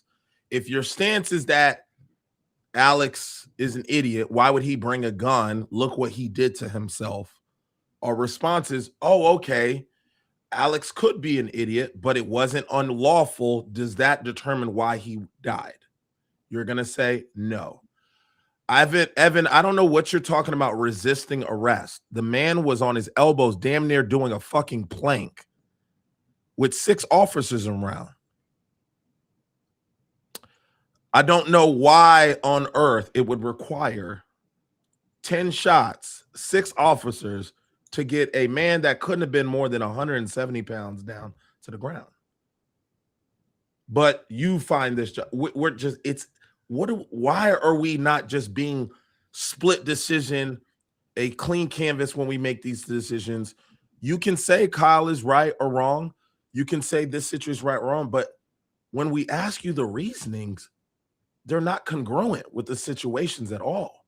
If you think guns at protests are dumb, then I would expect that to be all across the board. I just don't know why it's inconsistent. Oh, Kyle, that's okay. He was protecting himself. That kid who drove across the state lines with an AR was there to protect property. That's not unlawful. But was it fucking stupid? Was it stupid? The same way that Alex, he pulled up to a protest with a gun like he was stupid. Oh, what? If this ain't connecting, then I don't know what to say. No wonder these politicians have a fucking payday on y'all. Yeah, let me play this video, Glay, real quick. So this was him saying that talking about the protests that he's gone to, the many, I believe this is the clip. I hope this is the clip, that he's going to many protests with guns. But it's just now when the person's on the Democratic side that now people are up in arms about bringing guns to protest. Carry arms in a protest really flies in the face of most of our Second Amendment community. I can tell you I've been to dozens and dozens of rallies and or protests where people are visibly armed or have concealed carry. So the people who are saying this, we need to get this straight so we can have some kind of awareness if people go to a protest that they know what the rules of the game are. If videoing somebody is an assault, which most people don't believe it is, but that is assault, then people need to know that if you video someone, you could be shot. And all right. The point is, people bring a lot of guns to protest. And now it's just very rich of conservatives who are on the side of the NRA and in any other situation would be fighting for people to have their right, their amendment right to carry and bear arms. Now it's just very convenient that I'm seeing a lot of those same people now say, well, why would you bring a gun to a protest? We know what's going on here, bro. It just doesn't align with your political agenda. So what did Ev write? What did Big Ev write? Big Ev wrote, I've literally been to prison for resisting arrest, and I'm not a child. So I know if I had a gun on me, those cops might get scared and kill me. So I guess you're a credible source because you've been to prison for resisting arrest. Now, do you mean jail or are you saying prison? Jail is where you go to before you get sentenced. Did you also go to prison? So I'm wondering, what charge was this for? What were you resisting for? Since we're just putting all this information out there. But I would just love to hear a little bit more info on that, Big Ev. All right. Yeah. It's Big Ev. We need to know. And by the way, Paul, hold on. We missed the super chat. Hold on. We missed the super chat earlier. We got to go grab that. We got to grab that. Hold on. First off, so Romulus sent another. Yo, go ahead. These bots should call the authority with self-H. Hold up. Am I missing this, Glade? What am I missing? I got to change my battery, Glade. Now he got to change his battery. Romulus, I hope I'm presenting this right. I know this was a few minutes ago. Oh, damn, this was a while ago. So that's probably why the context isn't there. My apologies. My apologies. We should get to these faster. Paul wrote, for real, without a moral revolution in our own lives. FR, yo, am I missing? Like, I feel like I'm moving slow today. What does FR mean? I think for real. Oh, all right, that's what I thought. For real, without a moral revolution in our lives. All right. I don't know. I don't think that means for real, bro. Fuck around. I don't know. Fuck around with a Yo, my boy HCB said, Evan, what's your state number? We can look that shit up. Hey, yo, chill, bro. Hey. Yo, hold on. Where did this go? Come on, man. Man, y'all get off Evan, man. Yo, HC, man. You always welcome. Stop playing with Big Ed, bro. Stop playing with HCB chemistry, bro. He said, let me look that energy up. Oh man. He said Abu Han said Big Ev was calling shots. Put some respect on his name.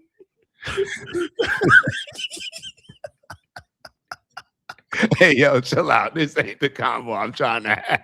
Yo. All right, he man. put it out there. I shouldn't have read it. You shouldn't have read it, man. I shouldn't have read it. But he wrote it though. He put it out there.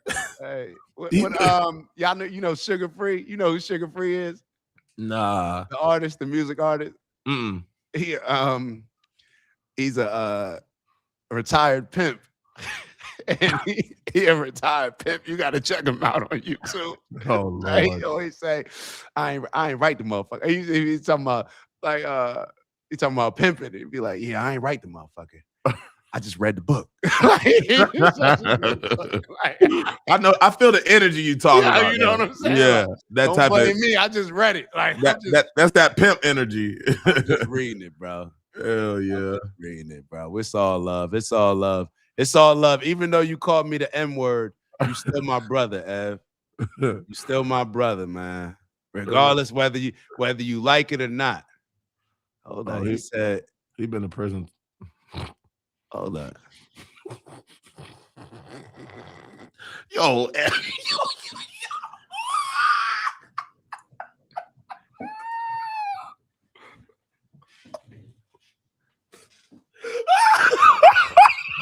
Nah, I'm not. Like, nah. Come on. Even though you called me the N word, you still my brother. So whether you like it or not. Matter of fact, I feel like I deserve an apology because I feel like you didn't mean that. You just got emotionally upset about us debating a political topic. So I feel like you owe me an apology. Oh man, the boy was enough, but the M word, that was over the top. You feel me? So I feel like I'm deserving of an apology. So I would really appreciate that. Glade, would you like an apology as well? Yeah. Like, yo, that's yeah. All right, box it up. Big ass. Box his ass Big up and then ass. box this shit up. Box his shit, but box his ass up, box this shit up. Yeah, bro. Oh man, I needed that, man. That's it, Clay. Hey, man, don't be telling people that no more, man. Just the words of advice, bro. Don't. I don't know I wouldn't tell people that. But that's never mind. Let me not. Yeah. Oh damn, Evan apologized, Clay. He did? Yeah. I put it on the screen. That's fair, and I do apologize. I appreciate that, Ev. I really do appreciate that, bro. Yeah, that's I really do appreciate that, because a lot of times these conversations, we understand that there's a lot of emotion attached to them, but it's never to the point to go to that extent. Because obviously you say certain words like that, that's that's hate stuff. So but it takes a man to apologize, and I'm very much appreciative of it. Glaive, how you? Yeah, all right. Can we box this shit up? Nah, bro, you gotta show that that's growth, bro. That's how we need. That's what needs to happen. That needs to be. I kicked it off and said I said I appreciate that. That's dope. Okay. Yeah, it was when you were giving your monologue. Yeah, because I appreciate that. That's a reflection. That's what needs to happen. We need more of that. Yeah, I agree. We need more of that. Yeah. You see how to see? We need to teach the ICE agents to do more of that. How to diffuse the city. Now, let me stop. Oh man. God. Oh man. Nah, that's dope though. That's dope though. And I get yeah, that's dope. Either way, appreciate it. All right, Glay. No, I got I the box did it breather yesterday. today. I got you. I don't think you did it yesterday. I did it yesterday. Definitely did it yesterday.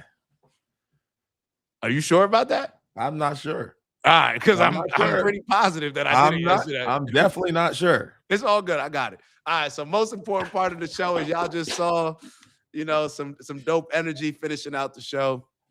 We're better together. We're better together. Let me leave it at that. But we got our box breathing technique that we got from our big bro, Steve. We're going to do a 4-second inhale, very intentionally focusing on the positive energy, inhaling in our body. Anything that's going to give us that limitless energy. Then we're going to do a 4-second hold. Right after the 4-second hold, we got a 4-second exhale, getting rid of all that negative energy that we may have built up, any tension, anything that's not or preventing us from having clarity. That's how I look at it. And then we do another 4-second hold. We repeat it 3 more times for a total of 4 cycles. If you're in a safe place, close your eyes. And with that being said, let's get into this box breathing. So we're going to do our 4-second inhale. Ready? Begin. Hold. Exhale. Hold. Inhale. Hold. Exhale. Hold. Inhale. Hold. Exhale. Hold. Keep holding. We're getting ready to get into our last cycle. Be very intentional with this next inhale. Inhaling that positive energy. Ready, begin.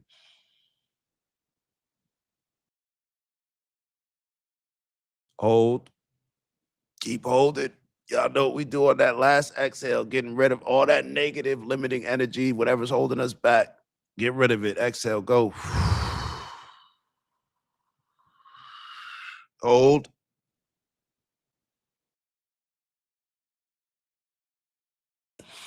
All right. Y'all know what we come here to do, elevate on purpose, both from an intentional standpoint as well as challenging ourselves to become the best leaders and also the best followers, all right? Sometimes we got to lead, sometimes we got to follow to become the best role players that we need to become, whatever your role is. Sometimes it'll be to play Jordan, sometimes it'll be to play Pippen, sometimes it'll be to play practice squad and get the rest of the team ready for the game. Whatever the role is, let's execute and perform our best. So with that, we got to challenge ourselves, raise the standards across the board in every aspect of life so we can develop into the people that we need to develop into to accomplish these audacious goals that we set for ourselves. Strength and honor, onward and upward. Let's focus on getting to that bag, all the quote unquote little things that we know accumulate to the big things that we do throughout the day, throughout the week, throughout the month that will ultimately lead into what's going to be our impact on this world that we like to call our personal legend. So as we're living in our purpose, striving for purposeful abundance, we want to make sure we're on the right trajectory to accomplish these things. And in order to do so, you got to know what's in your bag. So the things that I like to focus on, we said we're going to start off with perspective. Glay, give us the sprinkle of perspective first. And then we're going to do peace, love, happiness, health, wealth, and in everything we do, integrity. And then we got to add that balance. You got to have the right balance. You got to have the right balance. So on that note, I think I'm good, Glay. Appreciate y'all. Y'all know what it is. Yeah, dope convo. This is a dope show. I enjoyed this show. Yeah. I think we're finding our stride here. Yeah. We're finding our stride. Appreciate y'all tuning in, man. Shout out to Paula. I saw that, Glay. Yeah, that's it. Work. And Paula, for y'all that don't know, Paula is our sister, bro. We gonna argue, but Paula is our sister. So yeah. And y'all know what it is. I feel like we don't even have to explain it. We're really explaining it to the few people that may be new. Yeah. But I feel like everybody who taps in, y'all know what we do, man. Yeah, for sure. Y'all know what we do. And I think that Dutch said that's true self-reflection saves lives. This is dope. This was dope. Why do I always think is Dutch? Do you know Dutch? No. I don't know. See, a lot of people I don't necessarily know. I don't know. Okay. What was your homeboy? It was Dorch and it was Dorch, I'm thinking. Dorch. Never mind. That's every time you say Dutch, I'm thinking you really talking about Dorch. Dorch, your homeboy. Oh, no. That's not Dorch. Nah. Mm-hmm. That's not Dorch. Gotcha. No, this is good though, man. Glad we were able to. Shout out to Dorch, man. I think Montclair having a good season. You know, he coaches over there, basketball. Dorch coaches, matter of fact, Dorch coaches basketball, and he coaches we got a girls flag football team. Okay. Yeah, he coaching. I think they won the county or states or something like that. Montclair, we good at everything. That's just what we do. That's the tradition. But except my 2 years, junior and senior. Nah, let me but yeah. Any updates on whatever happened with that church that you was tapped in with? We still got to do our second event. We're doing a visualization event. Give me more. So we were gonna do so a vision board. Oh, okay. Like a vision board kind of party. We were supposed to do it this weekend, but I think it's gonna snow Saturday. So we're gonna push it, I think, 2 weeks ahead. But we wanted to do it in the beginning of the year. Just like almost imagine how we used to be in our bedrooms, how we used to have all the magazines of our favorite artists. Yeah. What we wanted to do when we get older. We took that for granted.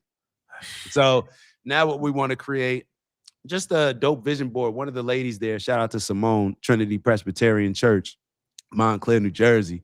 Jack, giving a shout out like that to a church, like it was a rap shout out, is crazy. Trinity Church, bro. Shout out to the Trinity Church on the south side. You heard? Shout out to the priest. Trinity Press, bro. Yeah, don't get it confused with St. Paul down the street. Those the ops. We will spin on. Let me say, you know. Oh man. Not the one on the other corner. We ain't really rocking with them. What about if church? Hold on. What about if churches got on that energy where they big on recruiting, and if you mess with that church, you don't come over here with all that. Does that happen? I feel like that's what it is. What you mean? Like I didn't know that. They don't be messing with the other church. You a member? You pay dues here, bro. If you step out too long, they tripping. I mean, just make sure them dudes coming in, but don't do it too often. Like that's the energy. Like you gotta let cats know you going out of town. I don't know. I'm just. That's funny. If church was just like, yo, if you going out of town next week, y'all let us know so we can. You gotta. Yeah. Yo. And by the way, HCB, Yo, this is my dog. This is my dog. Yo, I had to be very clear. Like, I see a lot of the comments, bro. He always commented like, yo, you know you invited to the cookout. Like, you pull up in Cali, you gonna get good. That's the energy I need. Like, you feel me? He make me want to throw up a gang sign real quick. You know what I mean? Like, ACB got me thinking I'm pulling up to the block. Where you from? I'm from where HCB chemistry Yeah. from. That's where I'm from. Like, don't ask me again. Like, Yeah, man. That's the energy he be giving me, bro. For real. oh man. And then we hit up San Diego with Phyllis for the tacos. Sandy, I know Phyllis doing all right over there. That beautiful weather. That's history, Inquisition, anyone. Ed, hold on, that was Europe until I feel like every time a couple combos they might got be their going own on. conversation, and that's dope. Like, I feel like, yo, y'all leaving me out the convo. Like, I don't know what's going on. Yo, Abu Han said the Pope, like, yo, BK, you ain't check in. You ain't check in. Hey. We see, matter of fact, should the church get on that?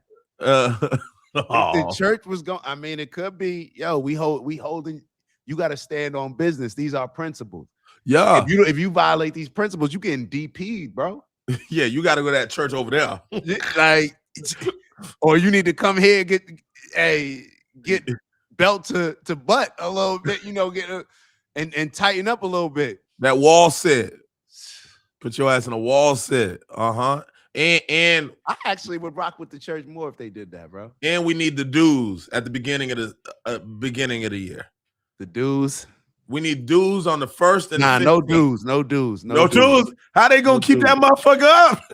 No dues. Just this is what it would be. No dues, just donations, but all blind donations. You can't we don't know where it's coming from. Like, we got to figure out a way to give blind donations. Okay, so don't put a board like we don't need to know who's giving the money, who's giving that. Nah. Because now you think your voice means a little more. No. What's the joint when you in school where they had like y'all are it's like a little pot and it's like this and like the school is raising and then once you hit the top, we have a pizza party. Yeah. You hit a pizza party type energy. That's what I be thinking. The church be like, we're almost there. Like, if you go, we'll have a pizza party. That is so crazy how just that little bit of, and I'm talking about from a children's standpoint, like that's all it takes to manipulate a kid. Like, we go to school, like, yo, you telling me if we raise all this, we get a pizza party? Like, oh my, like, bro. Go get a slice of pizza for $2 and with a can of you know what I'm saying? But it's just the competitive aspect to it. When you put that big thing there and you gotta, when this gets full, we having a pizza party. Everybody getting 2 slices. Like, everybody go crazy. Like, yeah, man. It's like when the teacher used to roll in the TV. Teacher rolling that TV, like, on that, you go get that cart. We like, hell yeah, them lights get low. Oh man. And remember, we didn't even have cell phones back then, so you wasn't even distracted in class. You was focused or you was goofing. Right. Heck yeah, I couldn't wait to see that little cart. Stop talking. Teacher said if we keep talking, we're gonna have to go sit back in our seats. Like, did y'all on Fridays, could y'all dress down? We didn't have dress code. Oh shit, we had dress code. Come on, bro. That'd be hard to do in Montclair. It would be good. I like certain aspects of it. East Orange, they do it. I had it in 8th grade in private school. We had it. In prep school, we may have had not really a dress code or not a uniform, but it was a little bit of a dress code. Like, where you that's what we had. We didn't have a uniform. Yeah, we had to do like, I think we had to do collards. You could only wear a certain color of pants. And then we played football, so our football sounds coach, like slavery, bro. Nah, our football coach wanted us to stand out like in the joint. So our football team, he made us wear a certain outfit on Fridays before game day. We had to wear like a football polo, khakis, nice shoes. What's a football polo?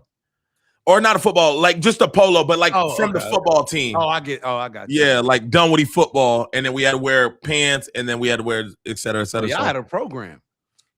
These weak ass niggas ain't had no program. That's a program. Nah, most we did was wear our jerseys on Fridays. Yeah, and then if we wore the polo, we could put our jersey on top, but that's the most popping out you could do. If you ain't dressed, you ain't playing. If you're not dressed like that, you're not playing? You're not playing. We had niggas forget polos. Niggas was sitting out, all type of shit. Damn. Yeah. Y'all, you ain't have to sell. I was in an orchestra too. We had to sell like Snickers and like little candies to raise money for the orchestra and the band. Y'all, you wasn't in all that, was you? Nah, but I think about that every week when I see all these little kids in Miami making all this money. I'm like, yo, we just put together our little sales team. Let these little homies start selling some good snacks, some kind bars, where you could charge premier prices. Maybe even $5. Like, yo, he came up to me the other day talking about he raising. I done had dude in the mall. Matter of fact, around here, dude was at least 20 something. Talking about he raising money for his AAU team. I started talking to him, and Maya probably remembers this. I think I was either with her. Yeah, I was with her, matter of fact, or on the phone. No, I was with her. And I'm like, bro, like, what you really selling this candy for? Like, and he eventually told me, he like, bro, just selling this so I can get off these streets, not be selling nothing else. And I'm like, all right, bro. I can respect that. I think I gave him my phone number. So, me. I'm like, yo, hit me up. Like, da-da-da. And, oh, that just reminded me of my boy. Hold up. That just reminded me of my boy from Finish Line. That I gotta. All right, yeah. All right, Glay. All right, y'all. Yo. Yeah, I forgot we done already wrapped up and everything. Glay about to turn his camera off. Yeah, I'll see y'all niggas tomorrow. We'll see y'all tomorrow, man. Bright and early, 8:02, maybe 8:03. Appreciate all y'all. Appreciate all y'all. Ev, man, definitely pull up tomorrow too, man. Let's keep the combo going. 8 o'clock. See y'all tomorrow. Ew.